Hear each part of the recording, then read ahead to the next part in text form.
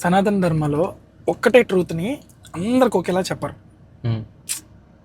ఒక పిల్లాడికి అర్థమయ్యేది పిల్లాడికి, ఒక పెద్దోడికి అర్థమయ్యేది పెద్దోడికి చెప్పి, ఇంకా తెలివైన వాడికి ఎలా చెప్పాలో అలా చెప్పే ఒక్కొక్క లెవెల్ ఆఫ్ అండర్స్టాండింగ్స్కి ఒక్కొక్క లెవెల్ ఆఫ్ టీచింగ్స్ ఉన్నాయి.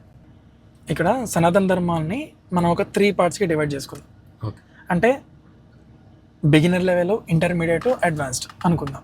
బిగినర్లు అంటే చిన్నపిల్లలు, చదువురాని వాళ్ళు, పెద్దవాళ్ళైనా చదువురాని వాళ్ళు, ఇంకా ఎక్కడెక్కడో పని చేసుకుంటూ అసలు జ్ఞానం అంటే వాళ్ళ ఎక్కువ ఎక్స్ప్లెనేషన్ ఇస్తే అర్థం చేసుకునేలా లేరు.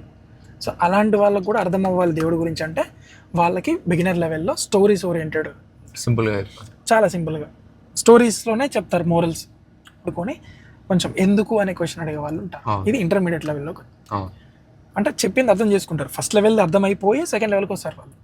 సో థర్డ్ లెవెల్ వచ్చేసి అది అడ్వాన్స్ లెవెల్. ఇంకా ఆ లెవెల్కి రీచ్ అయితే అసలు నీకు లైఫ్ అంతా అర్థమయ్యేది థర్డ్ లెవెల్లో. అసలు ఈ బుక్స్ మనకున్న అన్ని బుక్స్ ఏం చెప్తున్నాయి అనేది అర్థం చేసుకునే level third level, advance level. So ఇప్పుడు ఈ కామెంట్స్ పెట్టే వాళ్ళందరూ ఎక్కడున్నారు తెలుసా? ఫస్ట్ లెవెల్లోనే అయిపోయారు. ఇప్పుడు నేను డీటెయిల్గా చెప్తా 3 లేయర్స్ గురించి. ఫస్ట్ లేయర్ వచ్చేసి